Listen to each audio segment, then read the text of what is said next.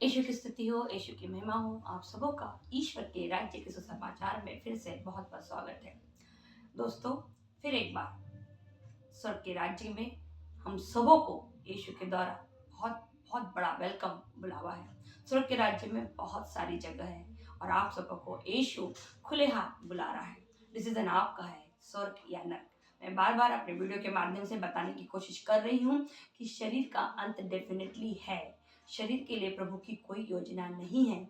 जो भी योजना पिता ने बनाई है आत्मा के लिए बनाई है, क्योंकि पिता आत्मा है। वो जो कुछ भी सोचेगा करेगा वो आत्मा के लिए करेगा। उसने आत्मा के लिए एक कवच बनाया है जिसका नाम है शरीर। लेकिन आज मनुष्य इस शरीर के लिए ही सब कुछ बटोर रहा है और ये सब देख के हमारा आत्मिक पिता हंस रहा है, क्योंकि वो बात जान गया है कि मनुष्य मेरा दिया हुआ इतना अनमोल तोहफा अनंत जीवन का भूल के उस टेम्पररी जीवन के लिए सब कुछ करता है।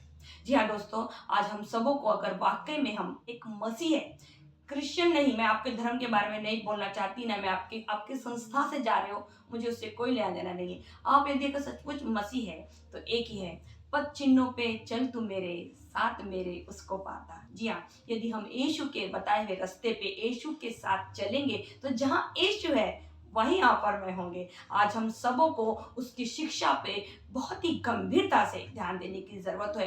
ये खान पान लाइफ स्टाइल कहीं हमारे लिए हमारे नर्क का दौर ना खोल दे, क्योंकि हर वचन में आप अगर रोमियो के नाम सन पौलुस से पढ़ोगे, योहन के लेटर तक का, आपको सिर्फ एक ही बात मेरी पौलुस ने बताया, पेत्रुस ने बताया, याकूब ने बताया कि कहीं तुम्हारा ये जीवन खान पान का तुम्हारे लिए नर्क के दौर ना खोल दे। जी हाँ दोस्तों, हमें इस जीवन का इंजॉय लेना है, आनंद करना है, लेकिन सब कुछ यीशु के नाम में। अगर हम यीशु के नाम में आनंद रहेंगे तो चाहे हम बुखार में हो, दुख में हो, सुख में हो, हमारे चेहरे पे ज्योति चमकते रहेंगी। क्यों? क्योंकि वो ज्योति टेम्पररी नहीं, यीशु के नाम से परमानेंटली है। और ये सब चीजें आपको प्रेरित चरित्र से लेके प्रकाशना ग्रंथ तक अगर आप पढ़ोगे बाइबल तो आपको मालूम पड़ेगा कि सारे के सारे प्रेरित लोग यीशु के नाम में आनंदित थे। उन्होंने अपने बाल बच्चे परिवार सब कुछ छोड़ दिए थे यीशु के नाम पे। आज हम यीशु को सिर्फ इसलिए मान रहे पूज रहे हैं क्योंकि हमारा बच्चा अच्छा होना चाहिए, हमारा पति अच्छा होना चाहिए, हमारे घर में कुछ कब्रियाँ आना चाहिए, हमारे घर बनना चाहिए, हमको प्रॉपर्टी मिलना चाहिए। ये जो भी ये चीज़ें हैं जो इस संसार में वैलिड है, उस संसार में इसका कोई भी वैल्यू नहीं, कोई भी नहीं। मैंने आपको फिर बताती हूँ, पहले बताई हूँ, जब एक कंट्री की करेंसी दूसरी कंट्री में नहीं चलती तो एक लोग की पैसा दूसरे लोग में क्या चलने वाला। पहली बात। दूसरी बात, जब प्रभु वचन में कह रहा है कि मैं नया आकाश और नई पृथ्वी बनाऊंगा, तो इसका मतलब है कि जो पृथ्वी है और वो जो आकाश है, प्रभु सबको क्या करने वाला है? नाश करने वाला है। तो किसके लिए बटोर रहे हैं आप? दोस्तों, आज हमें बहुत जानने की जरूरत है कि हमारा क्रिस्तीय जीवन किस लाइन पे जा रहा है। मैं आज आपको शैतान के कुछ गुणों को बताना चाहती हूँ जो आज हर एक मनुष्य में पाए जाते हैं। आपने यीशु की 3 सवाल से परीक्षा शैतान ने लिया, लेकिन अगर आप उसे गंभीरता से देखोगे तो आप मनुष्य जाति में के जीवन में शैतान इन 3 चीज़ों का बहुत अच्छे से इस्तेमाल कर रहा है। पहला सवाल ये था शैतान का यीशु से कि तू ईश्वर का पुत्र है और तू ये पत्थरों को क्या कर सकता है? रोटी बना सकता है। इसका मतलब क्या है? जब हम किसी कमजोरी में होते हैं, जब हमारी शारीरिक कोई कमजोरी थी, मतलब आप दारू बहुत ज़्यादा आपकी कमजोरी है, खर्रा आपकी कमजोरी है, जुआ आपकी कमजोरी है, झूठ बोलना आपकी कमजोरी है, मुजोरी करना आपकी, चोरी करना या भैंसबाजी करना या बहुत गुस्सा करना, बहुत खाना, इनमें से कोई भी एक कैटेगरी की अगर आपकी कमजोरी है तो शैतान बार बार आपको उसी कमजोरी पे क्या करेगा? प्रेस करेगा कि देख तू कर सकता है, कोई बात नहीं तू कर सकता है, कोई बात नहीं तू कर, कुछ नहीं, एक दिन और कर ले, आज कर ले कल से नहीं करना, आज कर ले कल से नहीं करना। क्योंकि यीशु को उसने वही कहा क्या? क्योंकि उस वक्त यीशु क्या थे? कमजोर थे। 40 दिन के उपवास के बाद एक इंसान कितना कितना भूखा होगा बताइए आप। उसको तो तुरंत में शैतान की बात मान लेना चाहिए था। हाँ बस सही तो बोल रहा यार कि मैं तो परमेश्वर का पुत्र हूँ और मैं पत्थर को क्या कर सकता हूँ? रोटी बना सकता हूँ। लेकिन देखिए उस 40 दिन की भूख की कमजोरी में जब पानी नहीं पिया है, रोटी नहीं खाई है, यीशु वहां भी अपने स्वर्गीय पिता को सबसे बड़ा सम्मान देते हैं और कहते हैं कि क्या है? ईश्वर रोटी से नहीं, मनुष्य रोटी से नहीं, मेरे पिता के मुख से निकलने वाले वचन से जीते हैं। आज यदि आप और मैं, जिसमें हम में भी पिता की ही आत्मा है, यदि वाकई में अपने आत्मिक पिता से प्यार करते हैं तो चाहे जितनी भी कमजोरी हमारे अंदर क्यों ना हो, और अगर हम उसे जीतना चाहते हैं तो उसके लिए पवित्र वचन सर्वप्रथम हमारा जान है, बेस है। अगर आपके शरीर में जीवन में कोई भी कमजोरी, आप बहुत झूठ बोलते हो, आप चोरी करते हो, या आप इसकी टोपी उसके सर पे लगाते हो, आप दारू पीते हो, खर्रा खाते हो, बहुत खाने की आदत है, बहुत चुगली करने की आदत है, बहुत ज्यादा गुस्सा आ जाता है, यहाँ की बातें वहां करते हैं, सारी कमजोरियां हैं। यदि ये कमजोरी आप में है और आप इससे निकलना चाहते हैं, तो प्रभु के वचन, ये वचन ही आपको आपकी उस कमजोरी से क्या करेंगे, बाहर निकालेंगे। कि अभी समय गया, एक और दिन और, एक और दिन और नहीं, यीशु राजा आने वाले हैं। दूसरा प्रभु शैतान कहता है यीशु से कि यदि तू क्या कर, इस चढ़ाव से गिर जा तो क्या होगा, तेरे को तेरे पिता के दूत आके क्या करेंगे, उठा लेंगे। और इस वक्त फिर यीशु अपने पिता की उस वचन को याद करते हैं। हाँ दोस्तों, शैतान हमें हमारी कमजोरियों का लालच दे के इतने ऊंचे स्थान पे लेके जाता कि तू ठीक है, तू सही कर रहा है, कोई बात नहीं, दुनिया वाले करते तू भी कर, चल मैं तेरे साथ हूँ। हमें इतना सारा वैभव आगे आगे ले जाता ऊंचाई में, और हमको क्या करता, जब ऊंचाई में जाके हम उसको छोड़ने की कोशिश करते, वो हमको धन से गिरा देता।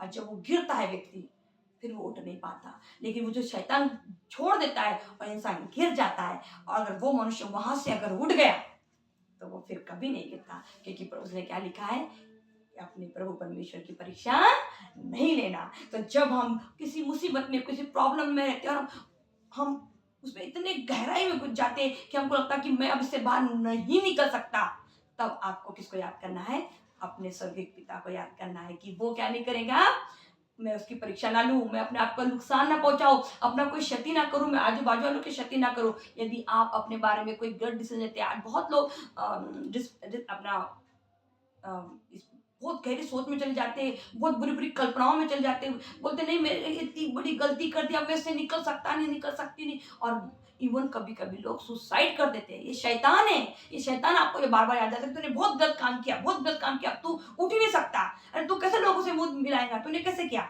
लेकिन उस वक्त आपको ईश्वर को याद दिलाना है कि क्या करना है, हमारे ईश्वर ने हमें जीवन दिया, इसलिए हमारा जीवन पे सिर्फ और सिर्फ अगर किसी का अधिकार है तो सिर्फ और सिर्फ हमारे हाथ में पिता की है। तो जैसे गिरोगे और ईश्वर के नाम पे अगर उठ जाओगे, तो दोस्तों उसके बाद आपको शैतान कभी भी आपके जीवन में नहीं गिरा सकता। क्योंकि यीशु ने फिर क्या कहा, जब बोला तो कि क्या करना, अपने पिता की परीक्षा कभी नहीं लेना। तीसरा सवाल क्या था कि तू क्या कर, मेरी आराधना कर तो मैं तुझे क्या करूंगा, संसार का सारा वैभव दे दूंगा।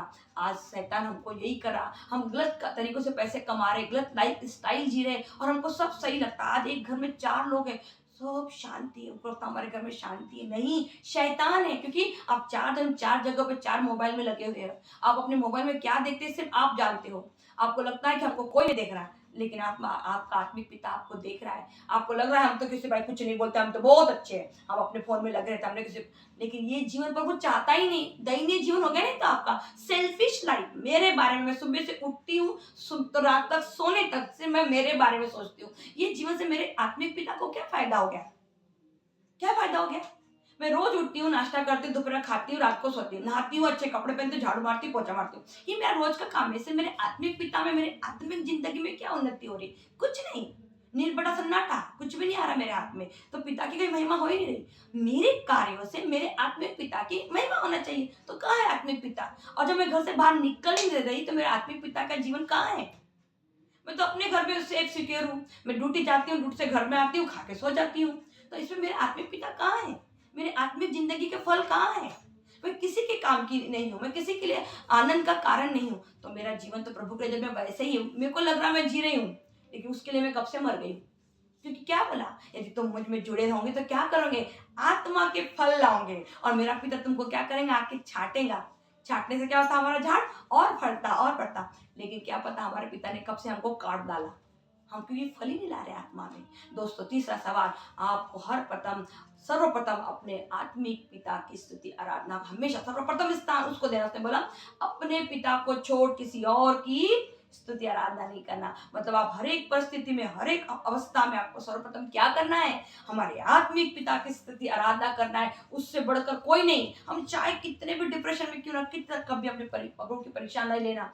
कभी मत बोलना प्रभु तूने मुझे क्यों दुख तकलीफ दिया, वो कहाँ देता भैया, तेरे बुरे कर्म है तेरे जीवन में आए। क्योंकि कोई बाप अपने बच्चों को तकलीफ देने के लिए बच्चा पैदा नहीं करता है कि हमने हमारे बच्चे पैदा किए इसलिए पैदा किए क्या कि उसको लाके दुनिया में बहुत तकलीफ देंगे।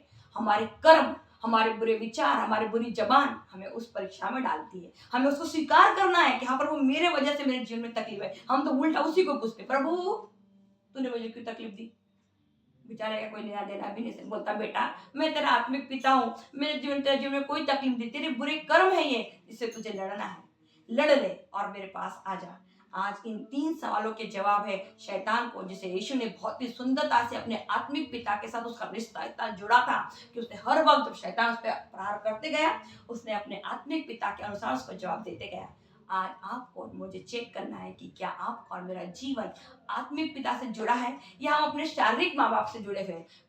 हमारे माँ बाप जैसे वैसे हम, तुम भी तो मजदूरी करते थे इसलिए हम भी मजदूरी करते, तुमने भी गलत काम किया करके हम भी गलत काम करते, तुम भी दारू पीते करके हम भी दारू पीते, तूने झूठ बोली करके मैं भी झूठ बोलती। अगर ऐसा जीवन हम जी रहे हैं तो 101% हम अपने शारीरिक माँ बाप से जुड़े हुए। अब तक हमारे डीएनए में आदम का खून पाया जा रहा है, अब तक हम यीशु के रक्त से शुद्ध नहीं हुए हैं, जिसे हम हर संडे को परम प्रसाद में लेते हैं। अब तक वो रक्त हमारे अंदर कुछ भी काम नहीं कर रहा। यदि हम यीशु के रक्त में बदल गए हैं तो हमें हर वक्त यीशु के समान हर काम को फेस करना है, हर चीज में यीशु के समान सोचना है, हर बात में यीशु के समान बोलना है। जैसा वो बोलता था, क्या वचन क्या कहता है, मैं हर बार बोलती हूँ, मैं जैसा मेरे पिता को बोलते हुए सुनता हूँ वही तुमको सुनाता हूँ, जैसा मेरे पिता को करते हुए देखता हूँ वही तुमको करता हूँ। मतलब कितना आत्मिक रिश्ता पिता से और पुत्र का जुड़ा था, और इसीलिए उसने अपने पुत्र को भेजा इस संसार में कि मैं जो चाहता हूं तुम वो करो, जैसा मेरा पुत्र तुमसे कहेगा तुम वैसा करो।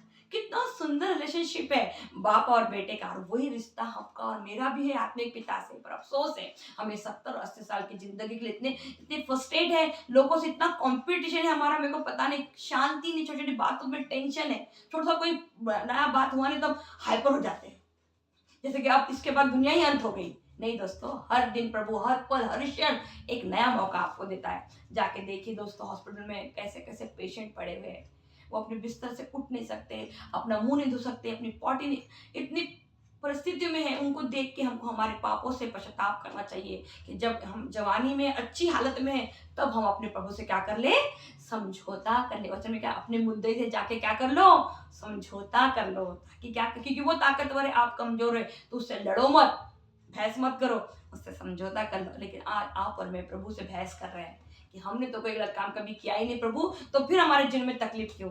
मतलब क्या कहना चाहते हैं आपके आपके स्वर्गीय पिता ने आपको संसार में इसलिए भेजा क्योंकि आप तकलीफ में रहे? नहीं, आप इसे तकलीफ में हो क्योंकि आपने स्वर्गीय पिता के साथ अब तक समझौता नहीं किया है। दोस्तों जरूर मनोचिंतन कीजिए, ईश वचन को अपने जीवन में सर्वप्रथम स्थान दीजिए। मैं बता रही हूँ, मैं पिछले मंगलवार को बहुत ही डिस्टर्ब थी, कुछ डिसीजन मैंने ऐसे लिए कि बहुत ज़्यादा बड़े थे, पर मुझे उस वक्त वो लगा नहीं, लेकिन बाद में मुझे लगा, बाद से बहुत से लोगों ने मुझे बहुत सी बातें भी सुनाई और मैं इतनी परेशान हो गई कि प्रभु मैं क्या करूं। और मैंने जब गलातियों के नाम संत पौलुस का पत्र पढ़ी, प्रभु ने मुझे उस वचन के द्वारा मुझसे बात की, चाहे परिस्थिति जो भी है, अगर तू सही काम कर रही है तो मैं तेरे साथ हूं, तू आगे बढ़। दोस्तों वचन के द्वारा परमेश्वर आपसे बात करते हैं, जब तक आप वचन नहीं पढ़ोगे आप अपने आत्मिक पिता को नहीं जानोगे। फिर दुनिया में आप कितना भी बड़ी बड़ी बातें कर लो, कुछ भी बोल लो, प्रभु ऐसा नहीं बोलता, प्रभु ऐसा नहीं बोलता, मैं तो ऐसी सोचती, नहीं, इससे सब नहीं होगा। वचन है, प्रैक्टिकल है ना जो चीजें। अगर आप 10वीं की परीक्षा दे रहे हैं तो आपको 10वीं की पढ़ाई करनी पड़ेगी। आप उसमें जाके अपने मन की कुछ कहानी नहीं लिख सकते, रिजल्ट उससे नहीं बनने वाला। यदि आप मसीह बनना चाहते हैं तो आपको मसीह से तो बात करना पड़ेगा। आप मसीह को जान ही नहीं रहे और आप मसीह के बारे में बात कर रहे हो, बिल्कुल नहीं। कितना भी सुनो किसी से भी, लेकिन सबसे पहले जाके बोलो प्रभु आपसे वचनों के द्वारा क्या बात करना चाहता है। तो दोस्तों जरूर मनन चिंतन कीजिए इन सारी बातों पे। मैं फिर कहती हूँ, अपने बच्चों की आत्मा अगर आपको बचाना, खुद की भी, तो सर्वप्रथम स्थान आपके घरों में पवित्र बाइबल पढ़ना जरूरी है। पर्सनल बाइबल, फैमिली प्रेयर और चर्च, ये तीनों चीजें आपके आत्मिक जीवन का बेस है। अगर आप ये 3 चीज आपके घरों में नहीं होती तो आप एक नामधारी क्रिश्चियन हैं। आपके कर्मों में कभी कन्वर्ट नहीं होगा प्रभु के वचन। आपको अगर कन्वर्ट होना है वचनों कर्मों में, तो वचन आपको स्ट्रांग करेंगे, प्रभु के करीब लेके जाएंगे, प्रभु से का चरित्र आपको समझाएगा। आप देखिए बड़े बड़े काम आप यीशु के नाम पे भी कर डालेंगे। तो दोस्तों फिर एक बार पवित्र वचन को अपने जीवन में सर्वप्रथम स्थान दीजिए।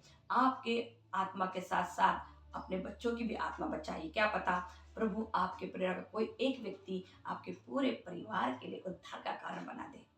दोस्तों इससे पहले कि वीडियो को प्रार्थना के द्वारा समापन करूं, एक विनती, एक रिक्वेस्ट, वीडियो को बहुत में शेयर कीजिए, क्योंकि ये समय है जब हम ईश वचन को बहुतायत में फैलाएं। वैसे तो ये मोबाइल किसी काम का नहीं है, आउटगोइंग और इनकमिंग के अलावा इसी का इतना ही काम था, लेकिन आजकल लोग फोन भी नहीं उठाते, इरिटेट करते करते फोन में बात भी नहीं करते।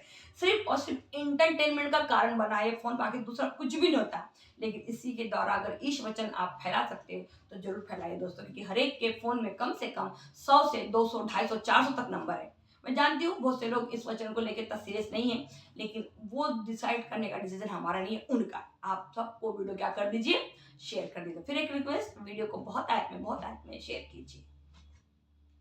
शक्तिमान पिता परमेश्वर, स्वर्ग और पृथ्वी के सृष्टि करता हमारे स्वर्गीय पिता, मैं आपको धन्यवाद देती हूँ प्रभु हर एक बातों के लिए, जीवन के लिए, हर एक सुख सुविधाओं के लिए जो तूने मेरे जीवन में दिया। धन्यवाद प्रभु मुझे बताने के लिए कि मैं आत्मा हूँ, शरीर में रहती हूँ और मेरा परमानेंट एड्रेस मेरा स्वर्ग का राज्य है, जहाँ से मैं आई हूँ। मैं तुझसे निकल के आई हूँ प्रभु, और मेरा जीवन का एक ही उद्देश्य होना चाहिए प्रभु कि मैं वापस तुझ में मिल जाऊँ। इसलिए प्रभु संसार में रहते हुए मैं जो भी काम करूँ, जहाँ भी जाऊँ, कैसे भी रहूँ, उससे तुझे महिमा मिले प्रभु। तू बढ़े और मैं घट जाऊँ प्रभु। तेरा राज्य मेरे जीवन में सदैव रहो। मैं संसार के किसी भी कोने में क्यों ना रहूँ, लेकिन तेरा राज्य ही मेरे जीवन में रहे, तेरी इच्छा ही मैं पूरी करूँ, और तू जैसा चाहता है तेरी सारी योजनाएं मेरे जीवन में पूरी हो प्रभु। मैं हर वक्त जब भी किसी से मिलूं, उसमें तेरी ज्योति मेरे चेहरे से चमके प्रभु। मैं ये सारी प्रार्थना प्रभु सिर्फ मेरे लिए नहीं, मेरे परिवार के हर एक व्यक्ति के लिए करती हूँ, और जितने भी लोग प्रभु ये इस वीडियो के माध्यम से मुझे देखते हैं, मैं उनके परिवारों को भी तेरे पवित्र चरणों में रखती हूँ, और तुझे धन्यवाद देती हूँ प्रभु कि लोग अपने जीवन का 20 से 25 मिनट इस वचन में दे रहे हैं। मैं तुझसे प्रार्थना करती हूँ प्रभु कि जो भी लोग ये वीडियो देख रहे हैं वो इनसे आशीषित हो और आत्मिक जीवन की ओर आगे बढ़े, और सबसे बड़ी बात, मुक्तिदाता उद्धारकर्ता के सामने खड़े होने योग्य अपने आप को बनाए। सारी महिमा, सारा आदर मेरे पिता मैं आपको देती हूँ, तेरे पुत्र और मेरे मुक्तिदाता उद्धारकर्ता यीशु मसीह के नाम से मांगती हूँ। इस प्रार्थना को, इस विनती को तो सुन और ग्रहण कर। आमीन।